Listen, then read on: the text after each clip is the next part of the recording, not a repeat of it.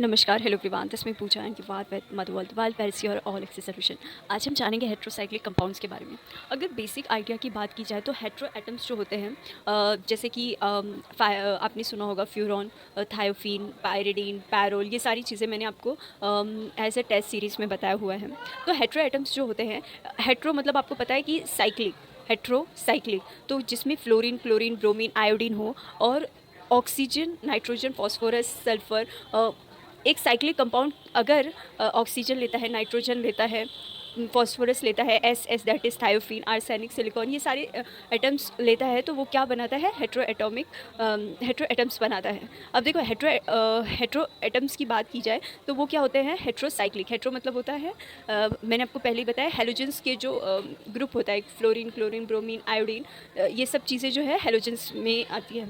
तो heterocyclic compounds को ही हम लोग दो भागों में डिवाइड करते हैं। First, saturated and unsaturated. Saturated आप जानते हो, जो कि सिंगल बॉन्ड को कंटेन करता है। अनसैचुरेटेड मतलब डबल बॉन्ड। आप देख भी रहे होंगे यहाँ पे डबल बॉन्ड्स है, फ्यूरॉन, थायोफीन, पायरोल, इन सब में क्या है? डबल बॉन्ड है।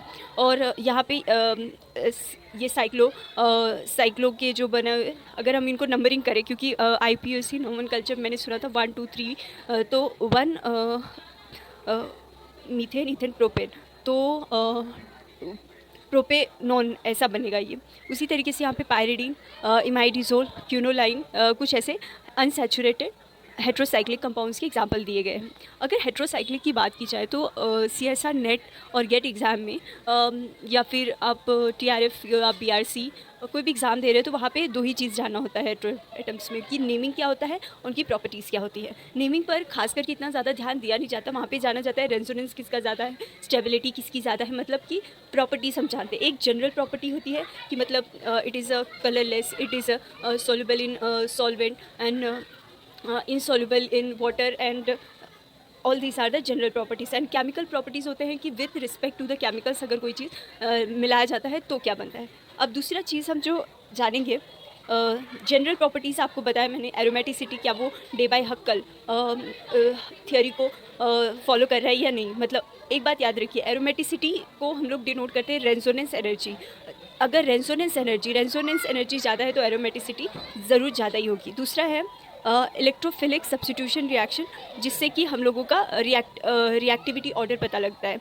और एसिडिक एंड बेसिक प्रॉपर्टीज़, अब जानते हैं एसिडिक एंड बेसिक, जो एसिड एंड बेस का चैप्टर है इनऑर्गेनिक में, उसे इतना हम ज़्यादा नहीं पढ़ते, बिकॉज CSR नेट में उसका इंपॉर्टेंस है पर गेट में नहीं है।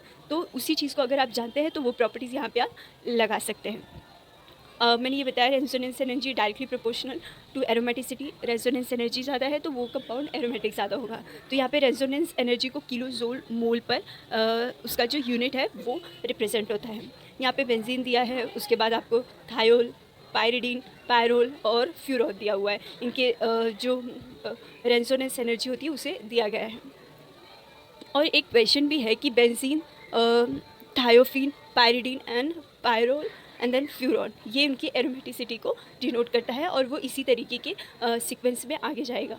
उसके बाद एक होमवर्क है जो सर ने दिया हुआ है कि अगर आपको ये जानना है कि ये जो है फर्स्ट, सेकेंड एंड थर्ड, ये जो कंपाउंड हैं उनका किस तरीके से रेजोनेंस एनर्जी निकाला जाएगा।